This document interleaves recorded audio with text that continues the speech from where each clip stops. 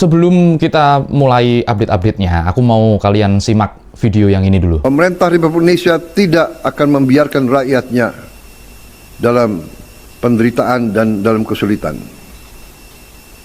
Saudara-saudara sekalian, kita buktikan kita tidak berlindung di belakang peraturan. Kita tidak berlindung di belakang sistem yang sudah berjalan. Kita menghadapi kesulitan dengan sikap kita ingin mengatasi kesulitan. Kita harus berani mengatasi kesulitan. Kita tidak menutupi kesulitan. Kita tidak pura-pura tidak ada kesulitan. Akibat perang di Timur Tengah, kita harus siap menghadapi kesulitan. Tapi sekali lagi kita bersyukur. Jadi, apakah ada impact-nya yang ada di Timur Tengah, nun jauh di sana, di Iran, di Israel? Apakah ada impact-nya di sini? Ada. Berapa kali presiden mengucapkan kata kesulitan? Coba hitung berapa kali. Nah, oke, teman-teman, aku itu banyak banget ya sebenarnya yang mau aku ungkapkan tentang Indonesia. Cuman ya begitulah, belum saatnya, masih belum saatnya. Mulai dari apa yang nanti akan terjadi. Kemarin kan Om Bahlil bilang, katanya stok BBM 20 hari lagi, which is enggak, not true, enggak seperti itu sebenarnya teman-teman. Itu cuman bakal bikin kepanikan seperti yang sudah-sudah. Sebenarnya nggak apa-apa kan, masih oke kan. Tapi bakalan banyak yang terjadi. Di Indonesia sendiri, ini analisaku ya, analisaku bakalan aku dalemin di episode-episode sebelumnya. Episode-episode selanjutnya. IHSG ini bakalan sangat terguncang sekali. Kalau IHSG ini terguncang, nggak ngaruh kan sama bisnis orang kecil? Ya, tapi ngaruh buat yang namanya investasi ke negara kita. Investasi ke negara kita, karena kenapa? Karena kita bukan Iran, teman-teman. Kita masih nggak kuat. Waduh, negara kita masih jauh sekali dibandingin sama Iran ya, teman-teman. Jadi, sebenarnya aku mau mau tanya sih sama kalian. Negara Iran, Persia itu kan dengan sejarah yang sangat panjang sekali seperti itu ya. Kira-kira negara kita, ingat, negeri, negara, dan pemerintah itu tiga hal yang berbeda. Negara kita punya sejarah panjang nggak kira-kira? Bisa nggak kita punya hegemoni yang kuat? Paling nggak usah di dunia dah, paling nggak di Asia Tenggara aja dulu. Seperti zaman tahun 80-90-an di mana kita ini adalah disebut dengan macan Asia, bukan macan Asia yang sekarang, tapi beda banget nih. Oke lah, daripada mumet mikirin itu, aku kasih hiburan dulu. Jadi kemarin kan ada rumornya tentang Netanyahu itu. Nah, ini dia, keluarganya lagi nangis. Kalian lihat itu siapa ini? Adiknya atau kakaknya? Ada yang mirip banget kan? Nah, seperti itu. Jadi confirm ya, Netanyahu. Kalian masa nggak tahu? Aku kemarin ada tanya di video, Netanyahu di mana sih? Ada yang tahu nggak? Tolong komen dong. Itu udah beberapa hari yang lalu. Kalian masa nggak tahu? Kalau aku sebenarnya di hari itu udah dengar informasi itu. Nah, seperti itu jadinya kira-kira. Oke, kita bakalan ngobrol karena di depan ini bakalan gawat sekali teman-teman. Bakalan ada kemungkinan perang nuklir. Dan inilah kisah dunia lain. Kita akan kembali masuk ke dalam sisi dunia yang mungkin belum pernah kita kenal. So, let's open your mind.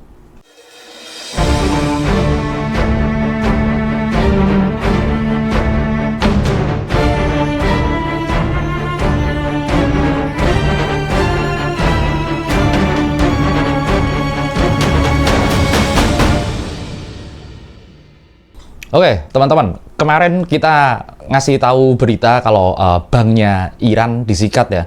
Iya, Bank Sepah namanya, yang pada waktu itu para personel IRGC dan orang-orang lainnya, ini salah satu bank tertua ya, itu lagi ngumpul di situ, karyawan-karyawannya lagi ngitungin THR dari pemerintah seperti apa. Disikat sama Amerika sama Israel. Wah, ini kejahatan perang, which is United Nation PBB diem aja. Nggak satupun negara di PBB atau Dewan Keamanan PBB yang kemudian mengutuk seperti itu. Ada sih mungkin ya ally atau memang teman-temannya Iran itu sendiri ya. Yang lainnya no. Tapi Iran nggak diem aja teman-teman. Iran memang udah janji ya kemarin ya, kalau nyerang bank, kalian pergi semua dari bank-bank yang ada di sekitar situ. Negara-negara tetangganya itu loh, Qatar, Dubai, UAE, Saudi Arabia, dan lain sebagainya. Ditepati janjinya Iran. Iran ini orang yang nepatin janji banget. Akhirnya hari ini di malam ini itu di Citibank yang ada di Dubai itu disikat sama drone. Kalian bisa lihat videonya ada di sini. Kalau video-video yang di Israel nanti aku taruh di tengah-tengah aja. Nah, bukan hanya seperti itu teman-teman. Ini yang namanya perang global ya. Kalau orang bilang perang simetris, perang asimetris, enggak. Ini perangnya masih simetris kok. Kekuatan udara lawan kekuatan udara, walaupun pesawat dan rudal beda. Kemudian perang hacker ini perang digital, perang hacker. Ternyata cyber attack-nya Iran ini cukup kuat sekali. Buktinya railway dan beberapa hal yang ada di daerah Timur Tengah, tetangga-tetangganya, bahkan Israel sendiri yang katanya orang-orang pinter, tapi peringkatnya jauh ternyata di bawah Iran untuk otaknya, rata-rata IQ-nya. Apa kabar negara Konoha? Nah, jadi itu teman-teman. Itu cyber army-nya sangat aktif sekali bergerak dan kemudian melakukan banyak sekali gebrakan dan sabotase. Ini ngomong tentang sabotase ya. Ini ada India itu punya pabrik drone. Itu di India sana, pabrik drone-nya India itu sharing sama Israel. Itu ternyata disikat teman-teman sama Iran. Waduh, drone-nya Iran bisa terbang sampai India ternyata. Dan ternyata India ini negara yang main dua kaki ya, kadang-kadang baikin Iran, kadang-kadang tapi memang sekutunya Amerika dan Israel sih, itu memang sekutunya kalau India itu. Dan akhirnya apa yang terjadi di Iran sendiri di hari ini? Di Iran banyak sekali kontra intelijen yang seperti kemarin aku bilang Vivek itu kan jago. Nah, ini ada satu orang India yang ditangkap teman-teman. Ini terafiliasi sama Mossad sama CIA katanya. Teridentifikasinya seperti itu ya. Tapi kan Vivek kan nggak main-main ambilnya. Masa iya main ambil aja? Nggak mungkin lah seperti itu.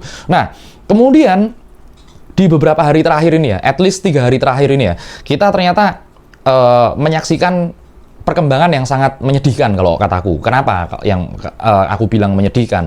Ya karena Amerika sama Israel ini ngasih warhead, ngasih roket-roket yang berkekuatan atau beratnya hulu ledaknya ini udah di atas 1 ton teman-teman.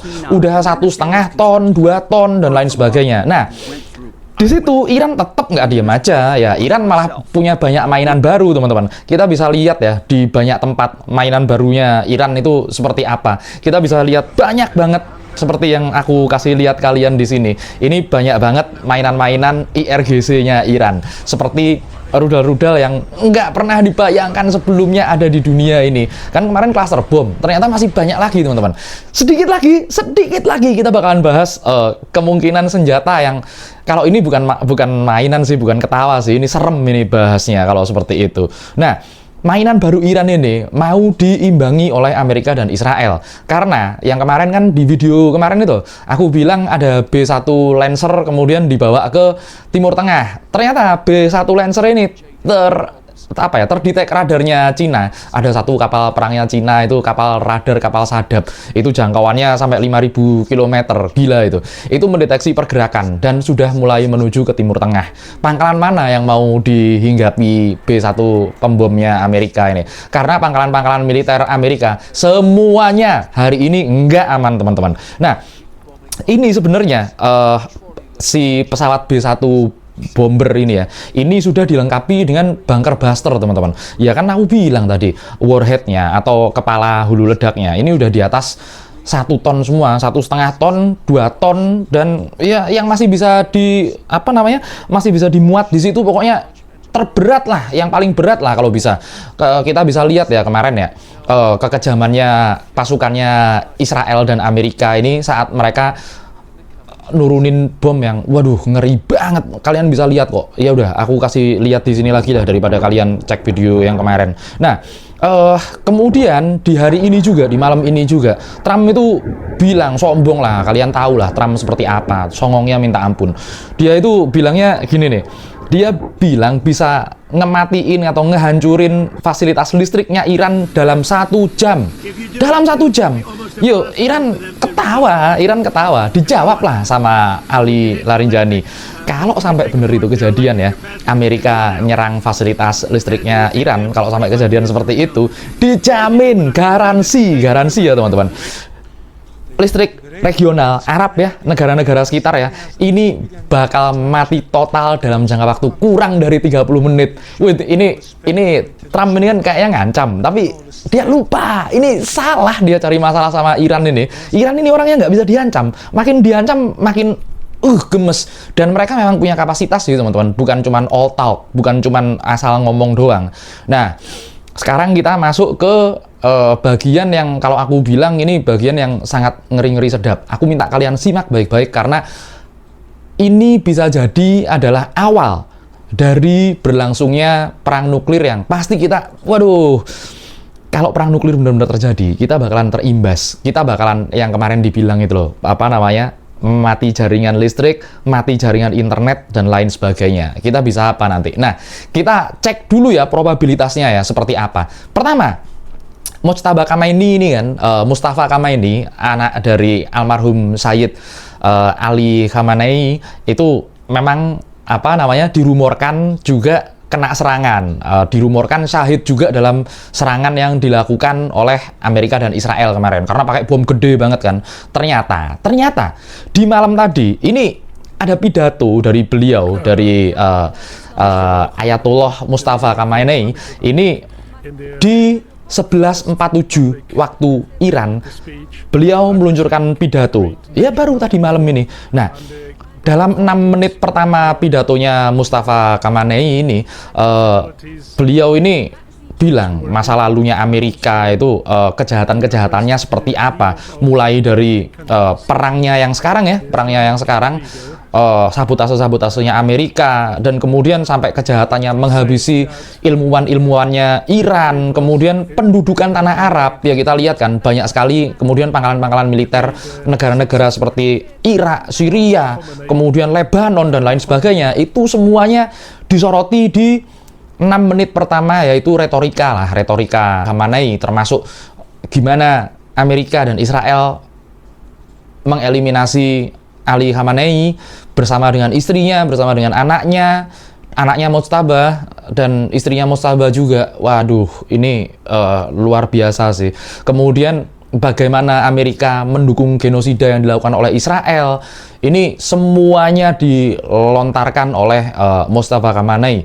Nah, tapi saat 7 menit selanjutnya, nadanya beliau ini, Mustafa Khamenei ini berubah, teman-teman. Pidatonya sangat-sangat berubah. Kalau kalian, aduh aku nggak bisa ngasih ini sih, nggak bisa ngasih ininya, pidato aslinya, karena kepanjangan.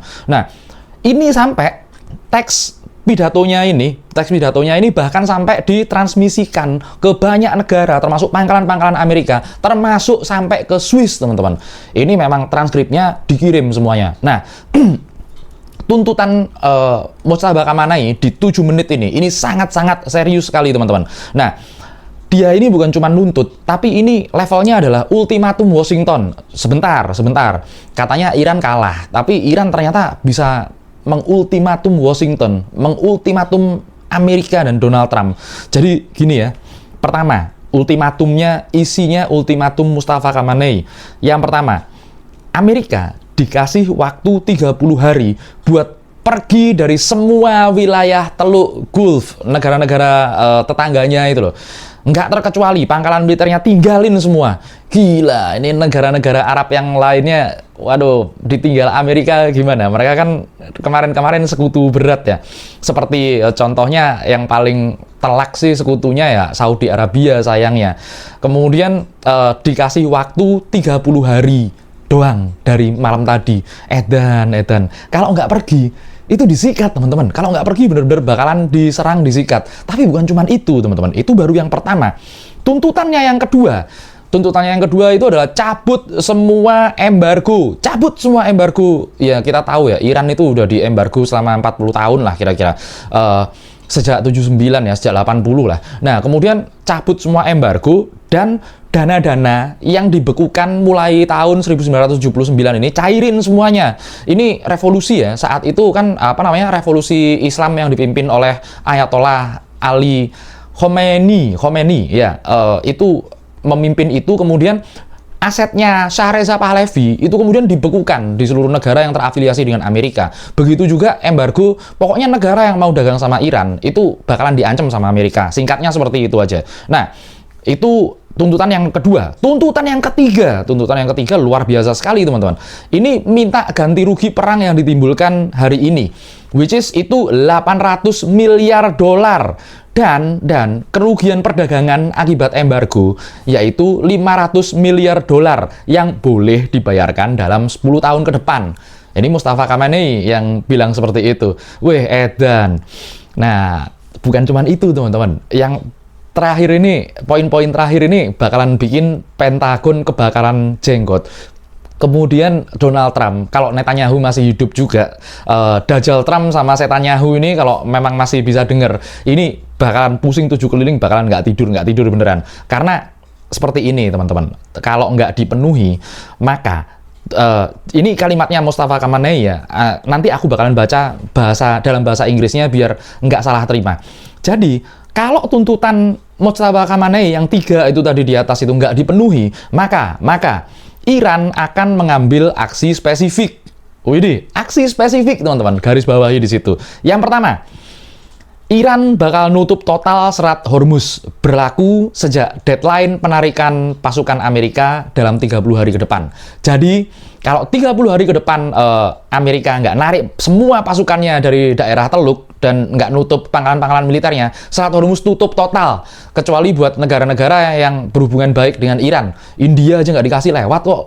Nah, kemudian yang kedua, Iran bakal mengaktifkan Defensive Military Partnership bersama Rusia dan Cina, termasuk juga kemungkinan pangkalan militer asing di tanah Iran.